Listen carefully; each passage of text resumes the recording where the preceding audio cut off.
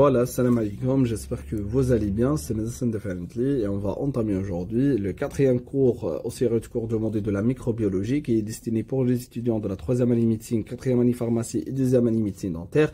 Et le cours d'aujourd'hui, c'est le staphylocoque. J'espère que cette série est bénéfique pour vous. Abonnez-vous sur la chaîne YouTube, partagez-vous les vidéos avec votre collègue. إذا عجبكم la vidéo ما تنساوش ديروا ان جيم.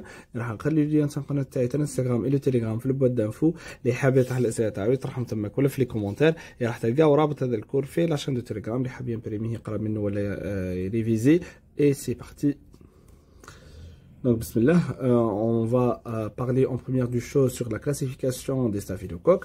Pour la famille, ce sont les micrococcacées qui contient plusieurs de genres. On a les staphylococcus, on a les micrococcus, et aussi les planococcus et les stomatococcus. Mais le plus important, de garder le deux premiers parce que les espèces retrouvées en pathologie humaine qui touchent l'être humain appartiennent presque exclusivement au genre de micrococcus et les staphylococcus. Les deux en détail dans ce cours-là. D'accord. Ça va نبدأ par les caractéristiques des staphylocoques. Donc, aux cultures, pour dire que c'est une infection à staphylocoque, il y a vraiment des raisonnements cliniques, mais beaucoup plus, le diagnostic, c'est microbiologique. D'accord.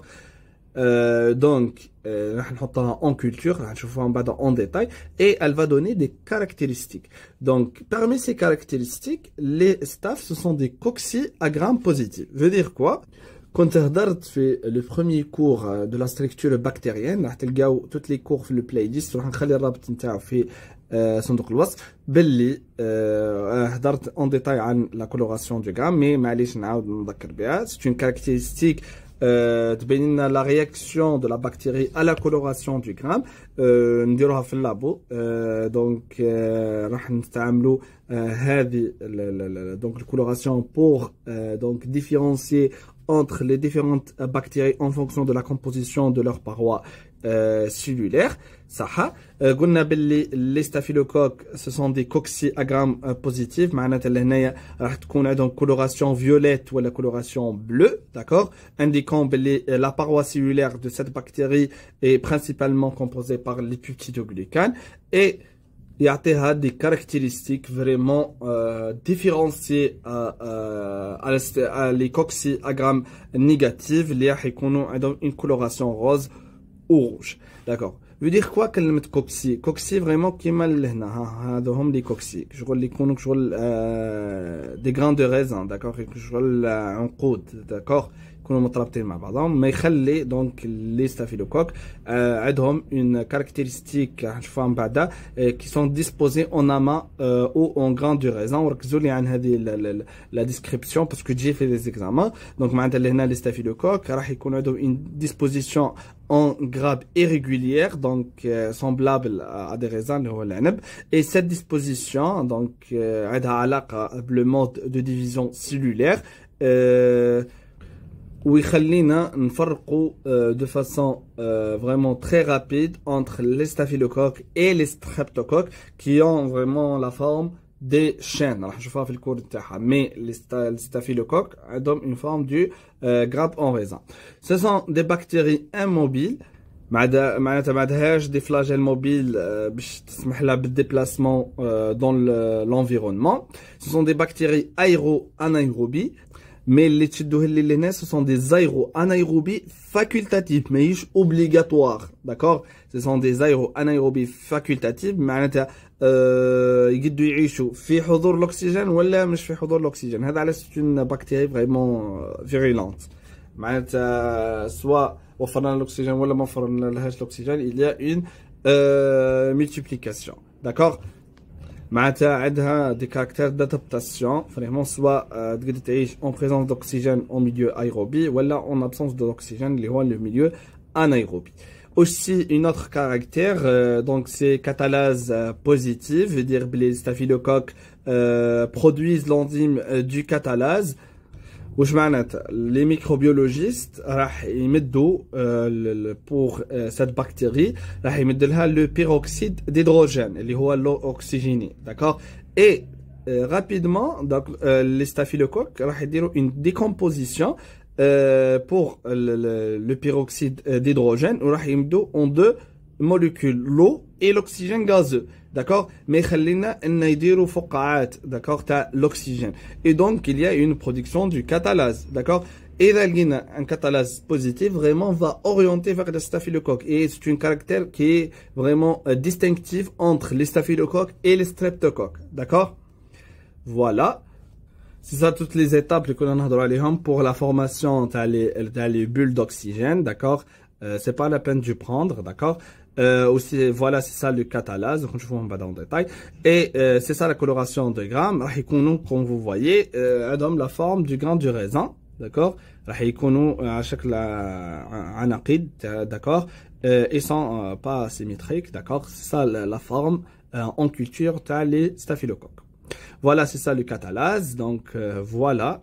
Donc il y a la formation, tu as les bulles d'oxygène, d'accord, pour former le peroxyde d'accord, d'hydrogène en décomposition en eau et aussi en oxygène gazeux et va produisant à la fin les bulles d'oxygène. Lorsqu'on trouve ces résultats, on dit que c'est une réaction à catalase positive.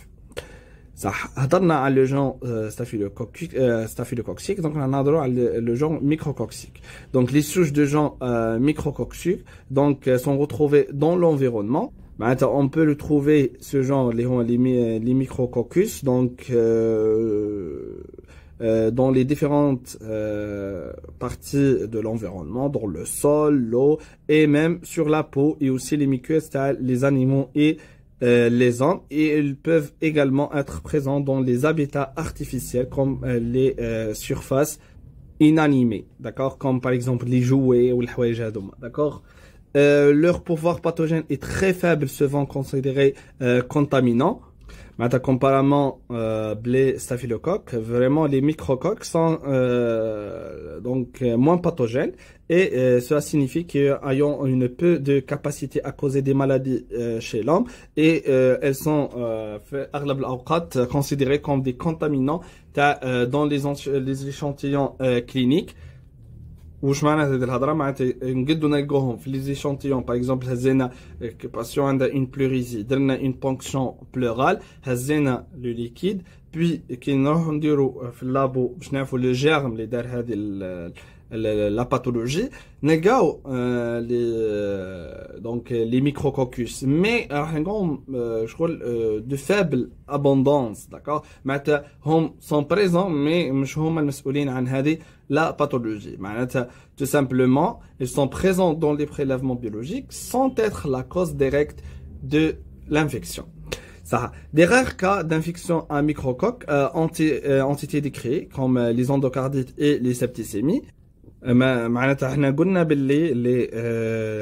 Les infections à la microcoque sont des infections rares, mais il y a des infections moins graves, plus ou moins graves, comme les endocardites. Donc, une infection de la paroi interne du cœur, elles peuvent toucher les valves, surtout les valves mitrales et les valves aortiques. Elle va donner des végétations et vraiment des problèmes après du cycle cardiaque, de l'éjection du sang, donc du systole et du diastole. Et aussi, on peut trouver des septicémies, qui sont des infections généralisées dans le sang, qui va donner des métastases infectieuses n'importe quel organe, parce que la circulation générale, quel organe qui est touché. Et donc, mais vraiment, les infections à micrococcus vraiment sont moins fréquents et sont bénignes la plupart du temps et moins graves comparément les autres genres, les micrococcacées, surtout les staphylococcus. Ça. Pour le genre de staphylococcus, comprend une trentaine des espèces, les staphylococcus, ou des autres espèces, surtout le staphylococcus aureus, d'accord? Et chez l'homme, les espèces les plus couramment isolées sont les sadara ou l'espèce staphylococcus aureus. On a des autres, d'accord?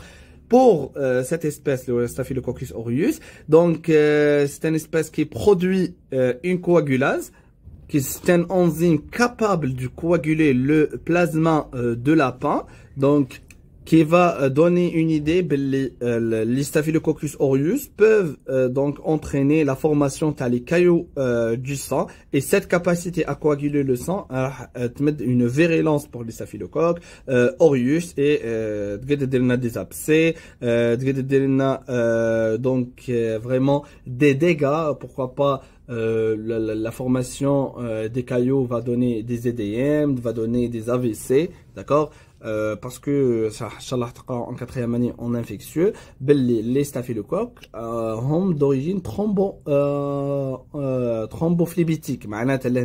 Lorsqu'on on introduise un cathéter, par exemple veineuse, 2-3 jours, l'infection a le cathé, d'accord.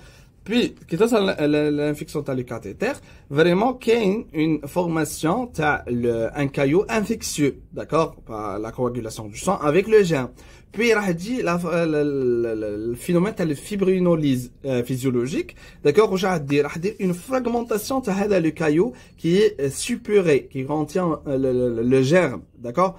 Puis, cette fragmentation, les staff une septicémie, gagnant la circulation générale, et en même temps, elle va donner des métastases infectieuses qui va toucher n'importe quel organe. C'est ça la virulence du staphylocoque. Comparément des autres bactéries, comme par exemple le Brucella et aussi le Salmonella, qui sont pour le point de départ sont lymphatiques, comparément sont moins virulents comparément les staphylocoques. Et tous ces caractères liés à la formation du coagulase vraiment aider la bactérie à échapper au système immunitaire de l'hôte. D'accord? Le système immunitaire vraiment c'est très difficile de donc combattre avec ces fragmentations les staphylocoques. Voilà, c'est ça le coagulase positif lors de laboratoire. Comme vous pouvez voir, il y a une coagulation du liquide, d'accord, la coagulation du plasma, comparément les staphylocoques qui ont un coagulase négatif, d'accord, les coagulases positifs, c'est une staphylococcus aureus, parce qu'elle va donner un caillot, d'accord, donc, et une coagulation du plasma. Voilà, deuxième type, on a les espèces à coagulase négative, on a plusieurs types. On a les Staphylococcus epidermidis, donc souvent considérés comme opportunistes. Opportunistes, donc sont présents sur la peau et les muqueuses sans causer des maladies chez l'individu, les une immunocompétente, d'accord, mais des infections chez les immunodéprimés. On a le cours le deuxième cours les relations haute bactéries, les bactéries opportunistes qui sont les bactéries qui عايشين في le flore intestinal تاعنا comme les Escherichia coli qui sont les patients immunocompétents ما نلقاو ولا problème. Lors de l'immunodépression, il y a l'activation d'une forme virulente, d'accord, et elle va donner des signes cliniques, d'accord.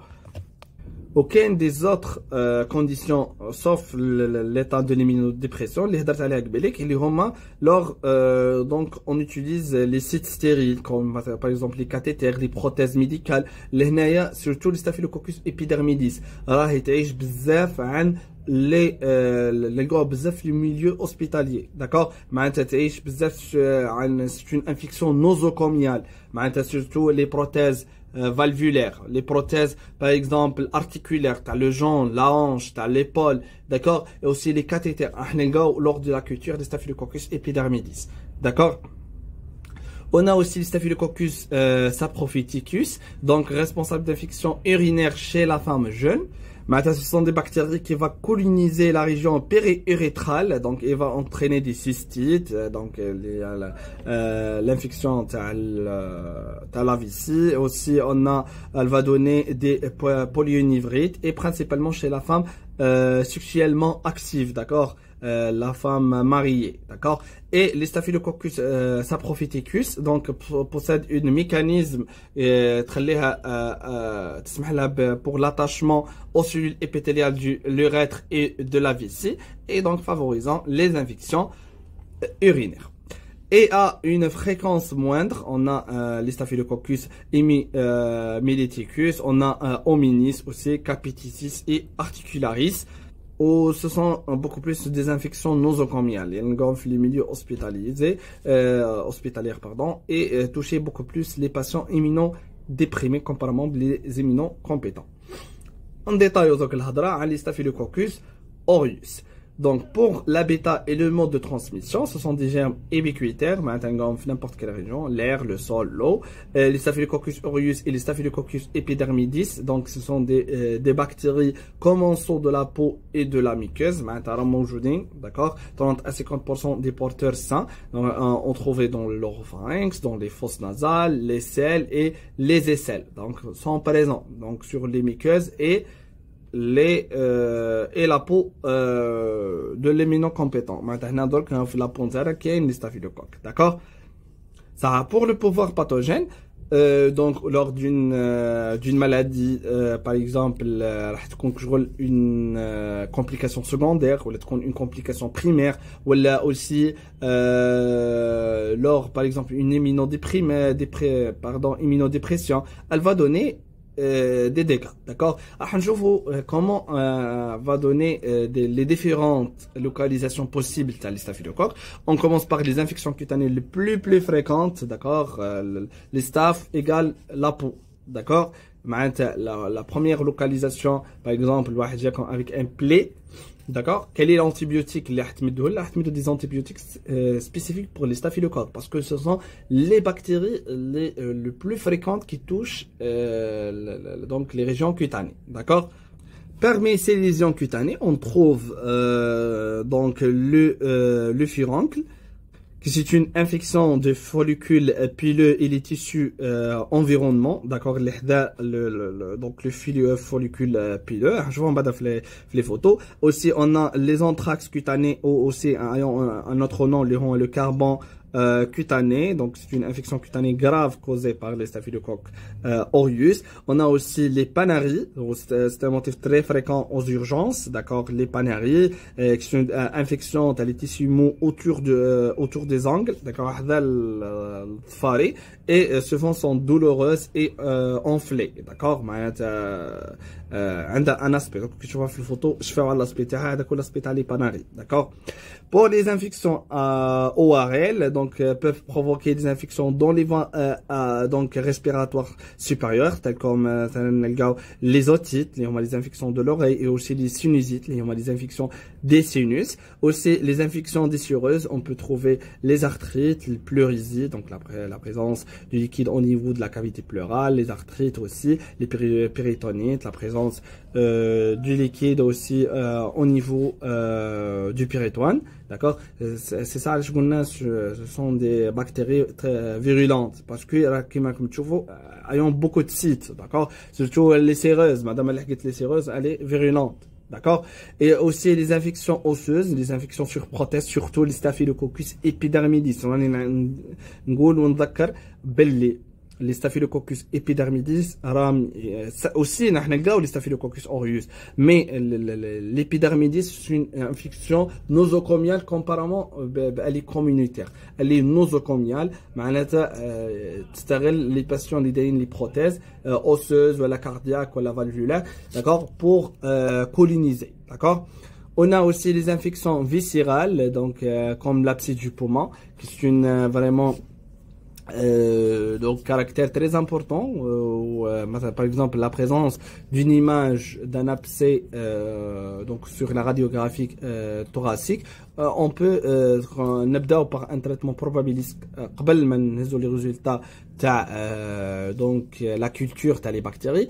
Le traitement probabiliste راح يهز un traitement antibiotique anti-staph en premier degré, d'accord. Aussi les abcès du cerveau, ou qui marquent, ce sont vraiment des infections viscérales graves et potentiellement vraiment mortelles si on n'est pas traité le patient, vraiment à causer le mort. D'accord. Voilà, c'est ça le furoncle. D'accord, c'est ça le furoncle. D'accord, qui m'a dit le furoncle, c'est l'infection le follicule pileux. D'accord. Les couleurs d'achar, d'accord. Voilà, on peut donc ça arrive dire un grattage ou la haja راح يخرج le sang, il y a eu des surinfections, d'accord. C'est ça l'anthrax aussi. Donc c'est ça la différence entre le furoncle et l'anthrax. C'est ça la panarie, le panari. Donc شدوا la forme تاعها. هذا هو la forme تاعها les panari. D'accord. Et راح تلقاو le rouge, rougeur et douleur. راح يقول لكم patient ينسطر منها سطر عظيم. Et aussi راح تلقاو donc الصباع تاع الباسيون راح يكون enflé. D'accord. راح يكون منفخ. D'accord. هذا هو la forme تاع les panaries. Aussi les cellulites, ce sont des formes aussi fréquentes pour les staphylocoques. Aussi les pneumonies, donc les infections du parenchyme pulmonaire. Donc on trouve des opacités localisées, comme cette image donc localisée à plus de 2/3 supérieur, d'accord, donc de l'émission pulmonaire droite. Donc ce sont des infections. Donc c'est vrai, on va donner un traitement probabiliste, mais ne passe pas à côté des staphylocoques, d'accord. Un traitement à spectre large, d'accord, qui contient les staphylocoques, d'accord, parce que parmi les bactéries, ils peuvent donner cette image radiologique, d'accord. Et après les analyses biochimiques, on va et microbiologiques, on peut détecter le germe et on donne une antibiothérapie spécifique. Aussi, les Staphylococcus aureus peuvent donner des septicémies et des endocardites. On peut trouver aussi des manifestations digestives comme les toxi-infections alimentaires qui sont dues par les entérotoxines. Maintenant, les Staphylococcus aureus va donner et elle va produire donc des toxines qui sont nommées par les entérotoxines qui peuvent contaminer les aliments. Et lorsque ces aliments sont contaminés et consommés par le patient, donc les entérotoxines, une intoxication alimentaire et aussi les toxi-infections alimentaires staphylococciques. Et bien sûr, les toxi-infections alimentaires, beaucoup de signes qui sont fréquentes, d'accord, des signes typiques comme les nausées, les vomissements, les crampes abdominales, aussi les diarrhées. D'accord. Et cette manifestation dure quelques heures. Et donc ces symptômes vraiment ce sont du court durée et disparaissent en quelques jours. L'immunité et aussi l'antibiothérapie. Aussi on a les entérocolites staphylococciques qui sont des inflammations du tractus gastro-intestinal qui sont dues par des Staphylococcus aureus. Donc نلقاهم بزاف donc يظهرونا après un traitement d'antibiotiques qui perturbe l'équilibre le flore intestinal normal. C'est pourquoi مش pour une petite angine نشربوا un antibiotique. Donc لهنا راح يدير بعد des dégâts, d'accord, comme le cas تاع les entérocolites staphylococciques, d'accord. معناتها راح يدير لنا un déséquilibre donc de flore intestinale normale, mais يخلي les Staphylococcus aureus à profilérer. Donc راح يديروا une profilération au niveau des intestins du malade et elle va donner des douleurs abdominales, des nausées, des vomissements, des diarrhées. Et vraiment le traitement راح يبازينا عن ان نحبسوا الساع l'antibiothérapie اللي دار لنا هذه le dégât, d'accord. Et نبداو un autre antibiothérapie qui est spécifique pour le germe qui est dû cette réaction, les Staphylococcus aureus, pour attaquer et atténuer cette infection. Puis on a le syndrome de choc toxique, donc lié à la synthèse d'une toxine, qui c'est une vraiment complication grave et mortelle liée à les infections à Staphylococcus aureus. La production des toxines spécifiques, d'accord, en détail en 4e année, le TCCT1, d'accord, et ce syndrome, donc, une hypotension, la fièvre, l'éruption, la physiopathe, les signes de choc septique, d'accord, les flux courts à la physiopathologie des états de choc, d'accord, une hypotension, les fièvres, donc les éruptions cutanées, rouges qui sont ressemblables à la scarlatine, d'accord. Vous pouvez entrer dans l'internet pour la scarlatine, tu vois comme donc des espaces rouges, donc un espace de peau normal, d'accord. Et راح تكون donc la plupart du tronc et aussi les membres, d'accord. Et les différentes signes, le choc septique, le froidure, les extrémités, aussi on trouve les tachycardies, aussi les marbrures lors des stades vraiment importantes, d'accord? Ce sont tous lors qui m'indirouchent une administration d'un antibiothérapie de façon efficace et rapide. C'est ça la toxinfection alimentaire. Donc, on consomme des aliments contaminés par les Staphylococcus aureus, puis après quelques heures, comme 3 heures, donc elle va donner des signes cliniques typiques, les diarrhées et les vomissements, et elle va conduire comme des manifestations graves, c'est la déshydratation, qui est vraiment, si elle est passée des jours, vraiment, elle met en jeu le pronostic vital. Pour le diagnostic bactériologique, les Staphylococcus aureus, ou en général les staph, donc c'est l'exemple de l'étude, les Staphylococcus aureus. Donc on va faire une prélèvement sur le site d'accord d'infection en fonction du tableau clinique, donc soit par exemple une méningoencéphalite, donc on fait l'exploration sur l'ALCR, aussi des hémocultures, les urines, les pus, aussi les expectorations, les crachats, selon le tableau clinique tu as la maladie. Avant toute antibiothérapie, antibiothérapie lors de culture t'as les Staphylococcus ou en général pour les différentes bactéries, parce que l'antibiotique elle va attaquer les bactéries et elle va donner vraiment donc une diminution le taux et le nombre de cette bactérie, et elle va donner une fluctuation des résultats, et on va donner vraiment un antibiothérapie n'est pas spécifique pour cette bactérie, et elle va donner des états graves comme le choc septique, d'accord. Et un fiche de renseignement est obligatoire pour donc explorer cette bactérie. D'accord. Donc on prend un exemple, le pus d'anapsée articulaire, donc lors d'une arthrite, d'accord. Donc l'examen microscopique par l'utilisation de coloration de grammes, on trouve la forme du grain de raisin, d'accord. Ou aussi l'isolement en culture, donc les staphylocoques, la culture elle est très facile et elle va donner des résultats fait des durées brèves, d'accord, de 24 heures seulement, on prend le résultat. Comparément par exemple le mycobacterium tuberculosis, t'as les tuberculose تشد من 28 يوم حتى 42 يوم معناتها vraiment راح تعبنا. Mais les staphylococcus aureus ou les staph en général, la culture elle est très facile. Donc on va faire l'identification biochimique, donc on va identifier les deux caractères, donc le coagulase et le catalase, est-ce que positif, négatif, et aussi après on peut détecter selon la colonisation les différentes espèces de staphylocoques, soit les Staphylococcus aureus ou Staphylococcus epidermidis, d'accord.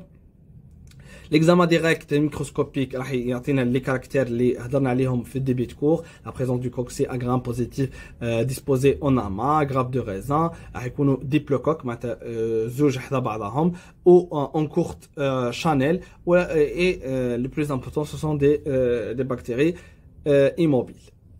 C'est ça la coloration de grammes, راح يكونوا لاصقين مع بعضهم soit en channel ولا راح يكونوا diplocoques كل زوج مع بعضهم, et donc ayant la forme du grain de raisin.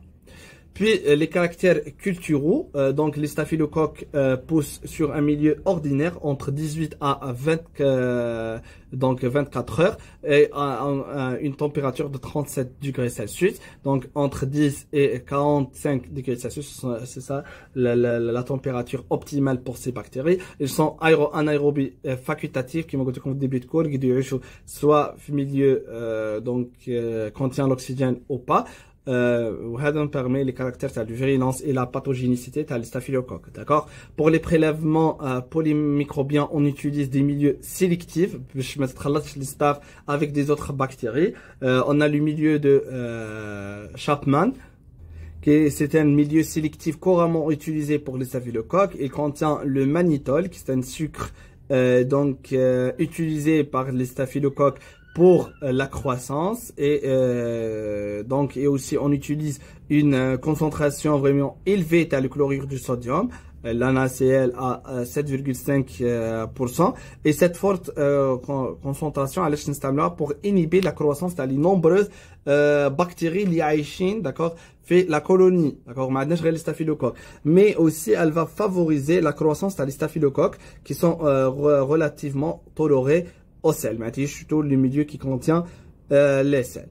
Aussi, on a le mannitol parce que la fermentation, du mannitol par les staphylocoques, elle va produire des acides qui va entraîner des changements du couleur du milieu et pour l'identification des colonies, les colonies des staphylocoques comparément les autres colonies des autres bactéries. Voilà, c'est ça. Donc le milieu de Chapman, fait le mannitol et fait le NaCl à forte concentration et elle va donner des colorations spécifiques, d'accord, qui va identifier que c'est une donc colonie des staphylocoques. Voilà, c'est ça les colorations et elle va donner des pigmentations. Voilà. C'est ça la fermentation du mannitol, il y a la coloration du milieu et il y a la formation du catalase, d'accord, donc comme le peroxyde d'hydrogène qui va donner des bêtes courts, l'hydrogène et aussi l'eau, d'accord, et la formation donc des bulles d'oxygène qui va donner une idée que c'est une bactérie à catalase positive et c'est une staph. D'accord. Puis خلاص هنا عرفنا باللي هذم ce sont des staphylocoques. كيف نعرفوا باللي هذه c'est une staphylococcus aureus ولا epidermidis ولا hominis ولا باش نعرفوا l'espèce. D'accord. Pour l'identification de l'espèce, en première du temps, le premier caractère biochimique qui est le coagulase, 0,5 du sérum du lapin, 0,5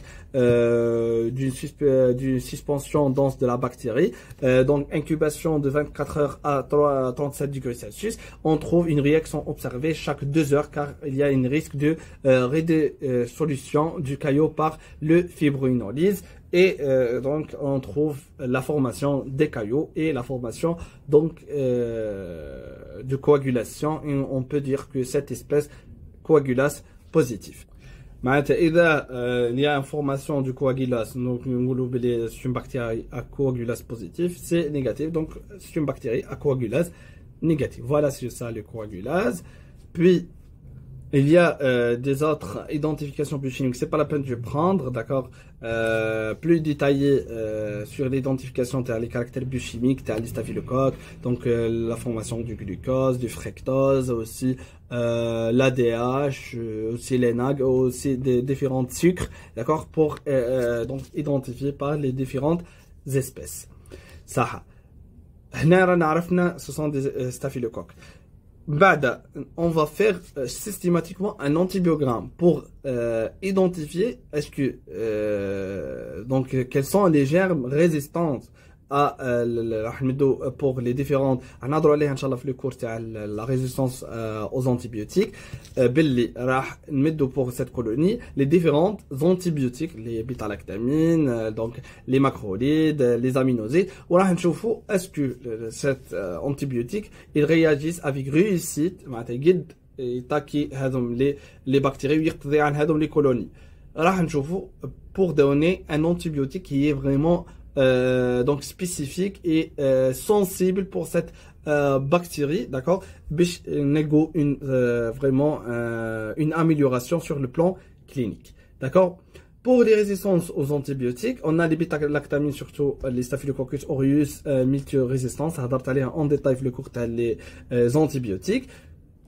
Les pénicillines, les méticillines et aussi les céphalosporines vraiment sont pas efficaces sur les Staphylococcus aureus multicellino-résistants. On a aussi pour les aminosides sont vraiment sensibles pour les antibiotiques pour les Staphylococcus aureus, mais il y a quelques germes de Staphylococcus aureus qui sont résistants, qui va donner du résistance donc contre les aminosides. Et aussi même chose pour les fluoroquinolones et aussi les macrolides. Soit on utilise par exemple les rétromycines, la rétromycine sont efficaces pour les staphylocoques, mais pour les germes résistants sont pas efficaces. On utilise des autres antibiotiques. كيما هكا نكونوا وصلنا لاخر الكور. Merci pour votre attention et bon courage.